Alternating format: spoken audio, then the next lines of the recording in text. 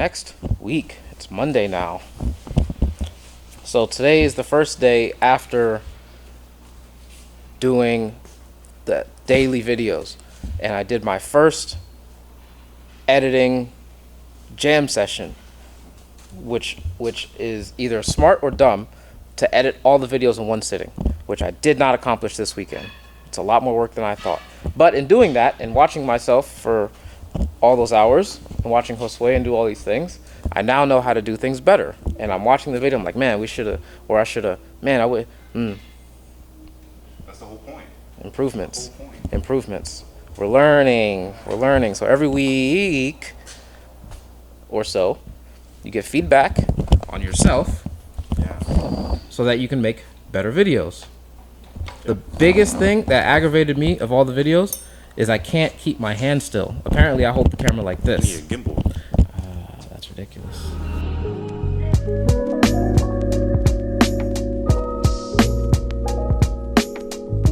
We're back on this car. Josue took care of priming it, so the oil is everywhere that it needs to be. There was a small coolant leak. He took care of that, and as you can see, it is currently topped off. The Y pipe will go on here shortly, but he's about to put the spark plugs in, and then I will put the Power FC in, get the map all set up, and then we'll be able to turn this car on. In the meantime, this is on schedule for tomorrow. We gotta put that rear view camera in, and this showed up today. This car has been on the schedule for a little over 2 years. Now, there's a number of reasons for that, none of which are anybody's fault. Things happen, life happens, stuff happens. And, you know, people need to push jobs out, which is what took place here. But we're here now. And what I appreciate from all of you is the patience and the dedication to, I need this done on my car. You are the one that's going to do it. Thank you very much. And just for clarification, it was pushed out not because of me. But what are we doing with it? So you guys don't know about it unless you do. But Chase, the big homie, this is his old trans from his Z32.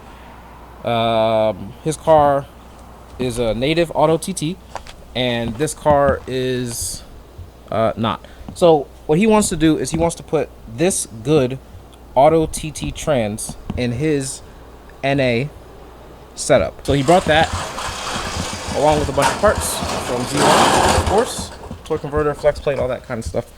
No matter how many times I do this, I'm always nervous at this stage.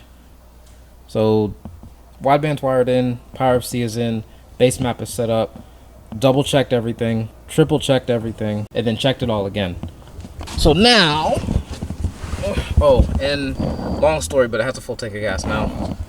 But now, it's just, start it.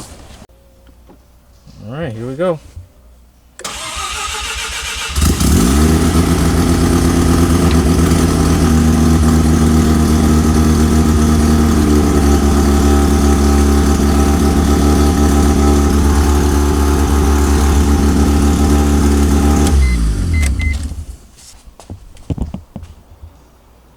As it should. All right, so I always start it up, let it run for like that long, and then shut it off, because if there's a catastrophe such as anything, I would rather have it run for a little bit and then turn off and me catch it after than me just sit there on a laptop messing around and it's actively killing itself. So Josue primed it, but now that it actually ran, we're gonna check the oil again, make sure that the level is correct.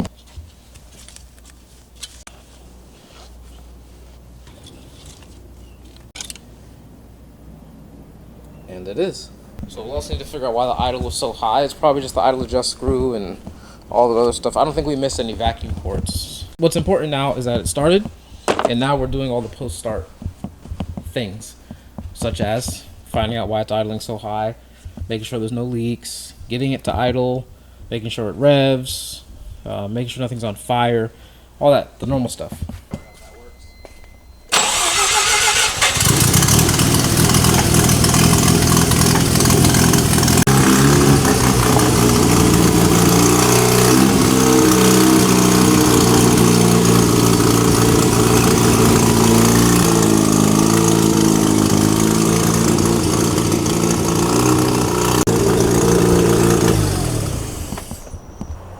instinctively he presses the brake pedal.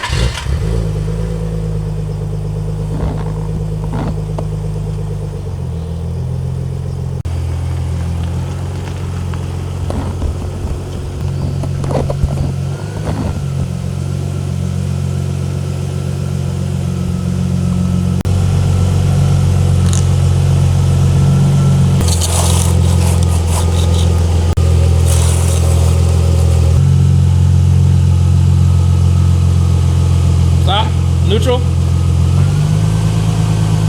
All right, e-brake. It's NA.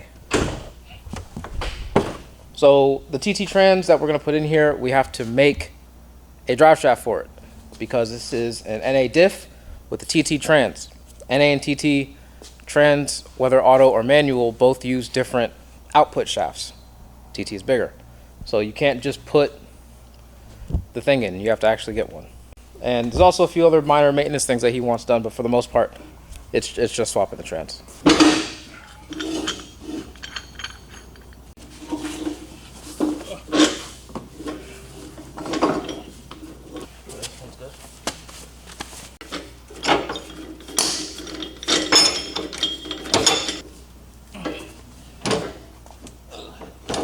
To get the auto NA out, auto NA trans out, it's the same pretty much as any automatic transmission.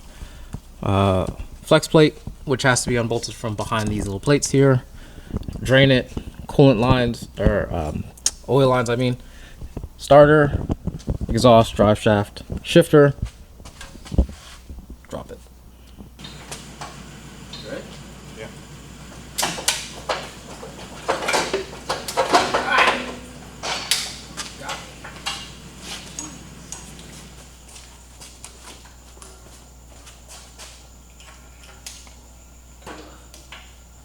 Next is technically the drive shaft, but we're not.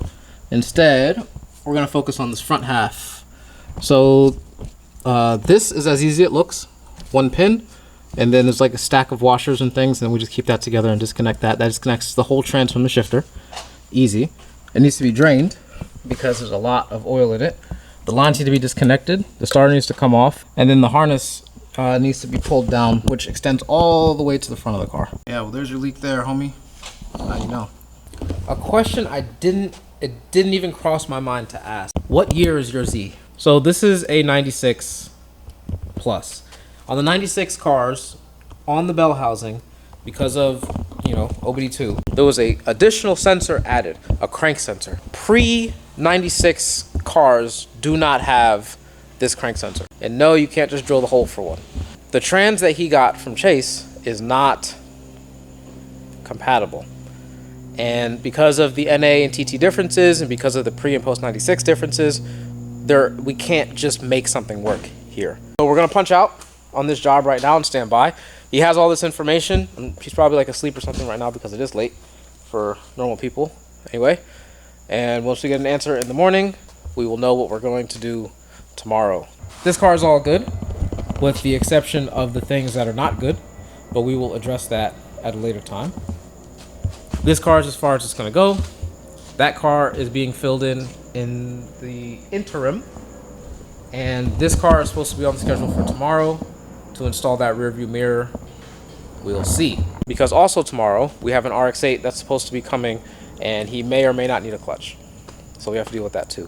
So we're a little bit kind of behind, but we're also fine. Okie dokie, that's the end of Monday.